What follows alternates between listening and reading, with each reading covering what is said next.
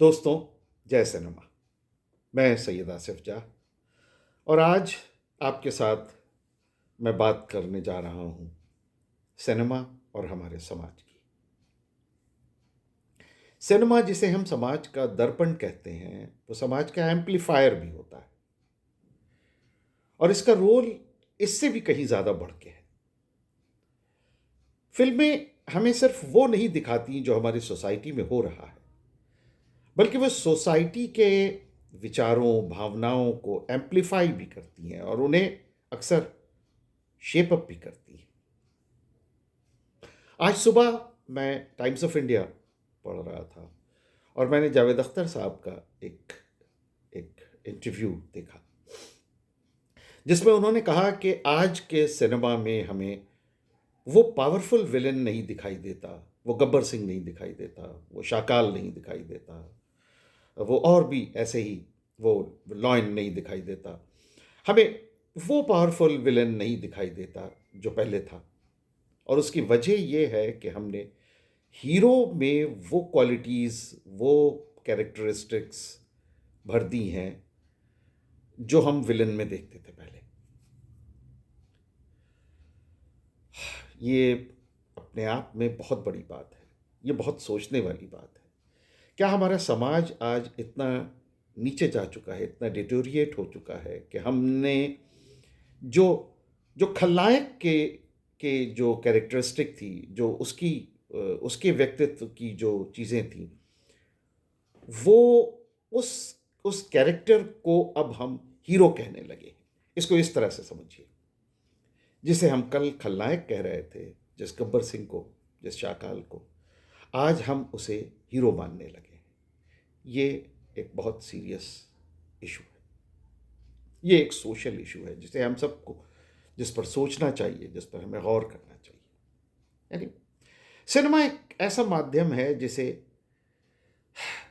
Real world events, anxieties, aspirations को कहानियों, themes और एस्थेटिक्स के ज़रिए ये कैप्चर करता है, और इसे हम समय की भावना कहते हैं। सिनेमा हमेशा से हमारे समाज का आईना रहा है। फिल्मों में जो कहानियाँ, जो थीम्स, जो विजुअल्स दिखाए जाते हैं, वो कहीं ना कहीं हमारे समाज की real life problems, aspirations, thinkings को रिफ्लेक्ट करते हैं। हमारे कैरेक्टर्स जो हैं वो सिनेमा से आते हैं। हमारे सिनेमा के जो कैरेक्टर्स हैं वो रियल लाइफ से आते हैं। हमारी थीम्स, हमारे हमारे हैपनिंग्स, वो सब हम रियल लाइफ से कहीं ना कहीं इंस्पायर होके। जावेद अख्तर साहब ने कहा कि अगर आपको किसी फिल्म में कुछ गलत दिखता है, तो ज़्यादा संभावना है कि वो समाज की किसी प्रॉब्लम का ही एक रूप हो। उन्होंने ये भी कहा कि आजकल फिल्मों में एक तरह का मेल शवनिज़्म दिखता है जो 50s और 60s के सिनेमा में नहीं था। यानी सिनेमा बदलते वक्त के साथ बदलता है, जो समाज में चलता है वही हमें फिल्मों में भी दिखाई देता है। फिल्में कहीं ना कहीं हमारे कंसर्न, हमारी इनसिक्योरिटीज़, हमारे होप्स, फियर्स, ड्रीम्स और डिसअपॉइंटमेंट्स को फीचर करती हैं, दिखाती हैं। सिनेमा और समाज का रिश्ता एक टू वे स्ट्रीट की तरह है। एक तरफ फिल्म मेकर अपने आसपास के माहौल, न्यूज़ साइकिल्स और कल्चर शिफ्ट से प्रेरणा लेता है, तो दूसरी तरफ दर्शक यानी सिने ऑडियंस उन्हीं कहानियों को जब पर्दे पे देखता है, और तो उसका नज़रिया और उसकी सोच उससे प्रभावित होती है, उससे इंस्पायर होती है, उससे बदलती है। ग्लोबल सिनेमा ने भी समय समय पर बड़े सोशल और पॉलिटिकल बदलावों को रिफ्लेक्ट किया। सेकेंड वर्ल्ड वॉर के बाद अ, अ, जब अमेरिका में इकोनॉमिक जो रिकवरी थी, उस दौर से जब वो अमेरिका गुजर रहा था, तो इट्स अ वंडरफुल लाइफ 1946 में इस तरह की फिल्में आई, जिन फिल्मों ने अमेरिकन रेजिलियंस और कम्युनिटी की भावना को और मजबूत किया। इसके विपरीत 50s के दशक में जब रेड स्केयर चरम पर था, जब साम्यवाद का डर अपने पीक पे था, तब invasion of the body snatchers 1956, ऐसी फिल्मों ने अजनबीपन के सामूहिक डर को चैनलाइज किया। 60s के दशक में guess who's coming to dinner 1967 जैसी फिल्मों ने इंटररेशियल मैरिज जैसे सेंसिटिव टॉपिक्स को एड्रेस किया। लेकिन इटली की द बैटल ऑफ अल्जायर्स 1966 जैसी फिल्मों ने कॉलोनियल ऑपरेशन को और गुरिल्ला वॉरफेयर को रॉ तरीके से दिखलाया, जिसने दुनिया भर के एंटी इंपीरियलिस्टिक मूवमेंट को प्रभावित किया।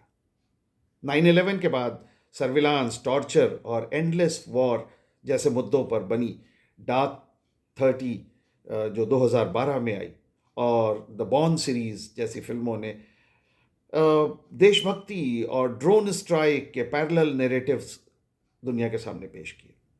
फिर अगर कोविड-19 के पेंडेमिक के दौर को देखते हैं तो कंटेजियन जो 2011 में आई, ऐसी फिल्में खूब देखी गई। और नोमैड लैंड जो 2020 में आई थी, इन फिल्मों ने लॉकडाउन और आइसोलेशन के क्राइसिस से बड़ी हुई वेल्थ गैप को दिखाते हुए गिग इकॉनमी की अस्थिरता को उजागर किया।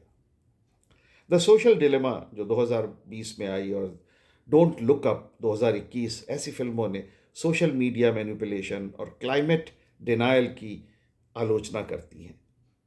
एक्स मैचिना 2014 जैसी एआई थीम फिल्म्स टेक्नोलॉजी के एथिकल नैतिक डर को एंटिसिपेट कर रही थी।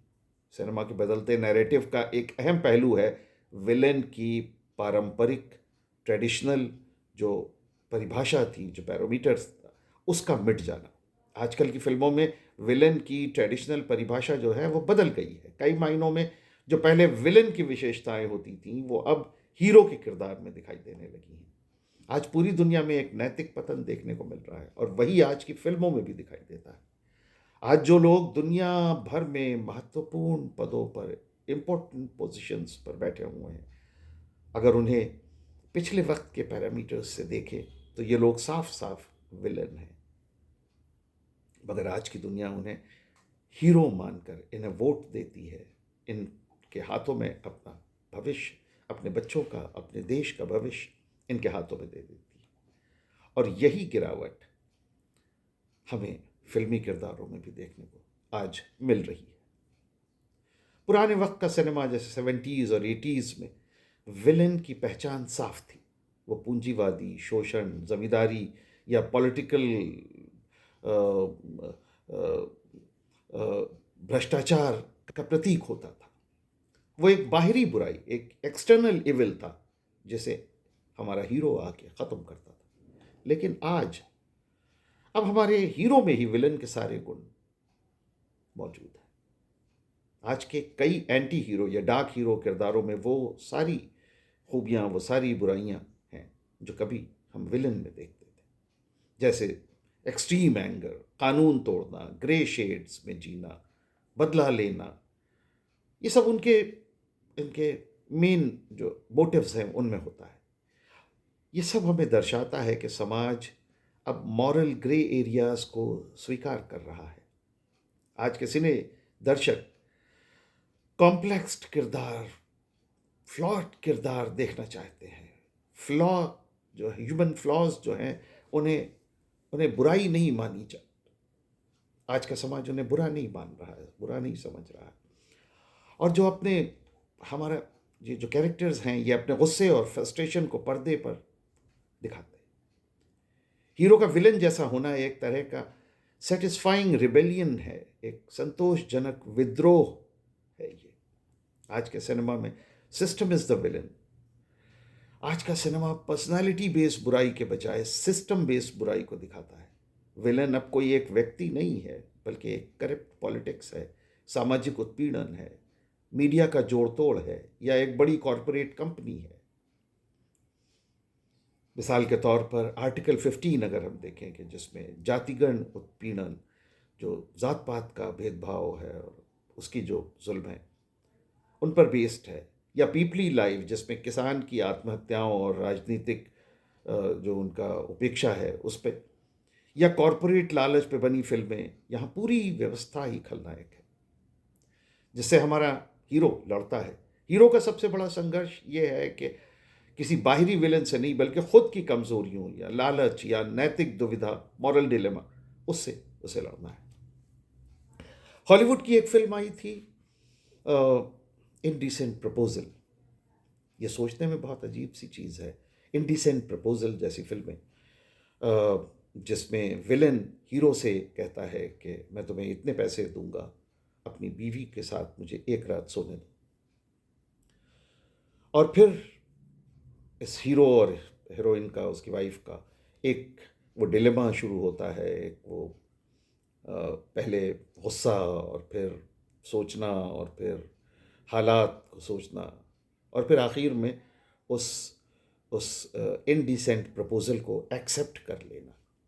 हमारे यहाँ भी इसी थीम पर कई फिल्में बनी। क्या ये हमें समाज के मॉरल डिग्रेडेशन का, मॉरल मॉरल डिक्लाइन का एक अच्छा उदाहरण नहीं है, एक अच्छी मिसाल नहीं है? ये सारे बदलाव जो सिनेमा में हम देखते रहे हैं, ये सब समाज में हुए बदलाव का आईना है। 50s और 60s की डिकेड्स को अगर हम देखें तो आज़ादी के बाद का ये दौर था। इसमें मदर इंडिया 1957, दो बीघा ज़मीन 1953, इस जैसी फिल्मों ने किसान की तकलीफ़ों और ज़मींदारों के जुल्म और बर्बरियत को दिखाया। फिर 70 का डिकेड आते आते सिनेमा में जंजीर और दीवार जैसी फिल्मों से एंग्री यंग मैन का उदय हुआ। और ये नायक जो था वो सिस्टम की नाइंसाफ़ी के खिलाफ आवाज़ उठाता था। उस पर फ्रस्ट्रेटेड यूथ की ये उस वक्त के आवाज़ थी 70s के, जो बदलाव चाहता था समाज में। फिर उसके बाद 80s और 90s के सिनेमा को अगर हम देखें तो दिलवाले दुल्हनिया ले जाएंगे जैसी फिल्मों ने इंडियन ट्रेडिशंस और वेस्टर्न लाइफस्टाइल के ब्लेंड को दिखाया, जो लिबरलाइजेशन के बाद मिडिल क्लास की आकांक्षाओं, एस्पिरेशंस उनको दिखाती। हम नए मिलेनियम में अगर आए तो 2016 में पिंक जो है वो कंसेंट और विक्टिम ब्लेमिंग, या आर्टिकल 15 2019 की ये जातिगत भेदभाव जैसी फिल्मों ने सोशल टैबू और इनइक्वालिटीज़ को सीधे सीधे चैलेंज किया। सिनेमा सिर्फ रियलिटी को ही रिफ्लेक्ट नहीं करता, बल्कि आइडियोलॉजी को भी शेप करता है। फिल्में अक्सर डोमिनेंट आइडियोलॉजीज जैसे अमेरिकन ड्रीम या किसी देश की राष्ट्रीय पहचान, इनको नॉर्मलाइज करती हैं। हीरो के किरदार का विलन की तरह होना एक और समाज की जटिलता को दिखाता है, और दूसरी तरफ ये उस विचार को भी मजबूत करता है कि सही काम करने के लिए गलत रास्ता भी अपनाया जा सकता है। फिल्म मेकर अक्सर अपने आसपास की खबरों, बदलते कल्चर और पर्सनल एक्सपीरियंस से इंस्पायर होकर फिल्में बनाते हैं। जो प्रॉब्लम्स और ट्रेंड्स मार्केट या न्यूज़ में चलते हैं वो अक्सर फिल्म की थीम बन जाते हैं। इसलिए सिनेमा एब्स्ट्रैक्ट चीज़ों को सामने लाकर सबके लिए एक कॉमन नैरेटिव और सोच देता है। सिनेमा सिर्फ समाज का रिफ्लेक्शन भी करता है, सिनेमा सिर्फ समाज का रिफ्लेक्शन ही नहीं करता है, कई बार ये सोसाइटी को शेप अप भी करता है। जैसे जॉज मूवी के रिलीज के बाद शार्क फिशिंग में पूरी दुनिया में तेजी आ गई। सिनेमा समाज का मिरर है और कभी कभी एम्पलीफायर भी है। जैसा मैंने कहा, अगर किसी फिल्म में कुछ डिस्टर्बिंग लगे तो ज़रूरी नहीं कि वो फिल्म की गलती हो, वो हमारी सोसाइटी की समस्या हो सकती है। सिनेमा एक पावरफुल मीडियम है और इसकी सबसे बड़ी ताकत इस बात में है कि व्हाट इज़ हैपनिंग को ये शेयर्ड नैरेटिव में बदल देता है, जो पॉलिटिक्स, पॉलिसी और प्रोटेस्ट को प्रभावित करते हैं। हीरो का विलन और विलन का हीरो बन जाना दरअसल एक ऐसे समाज का प्रतीक है जहां हमारी नैतिक सीमाएं धुंधली हो गई हैं, और जहां हमारी वास्तविक लड़ाई अब बाहरी व्यक्ति से नहीं, बल्कि उस कॉम्प्लेक्स सिस्टम और इंसानी लालच से है जो हमारे अंदर और हमारे सोशल सिस्टम के हर कोने के में मौजूद है। तो ये था हमारा बॉलीवुड न्यूज़ नेट का आज का वीडियो। आपके साथ इसी तरह की फिल्मों से, सिनेमा से, मूवीज़ से जुड़ी हुई बातें होती रहेंगी। हमारे साथ रहिए। Thank you very much.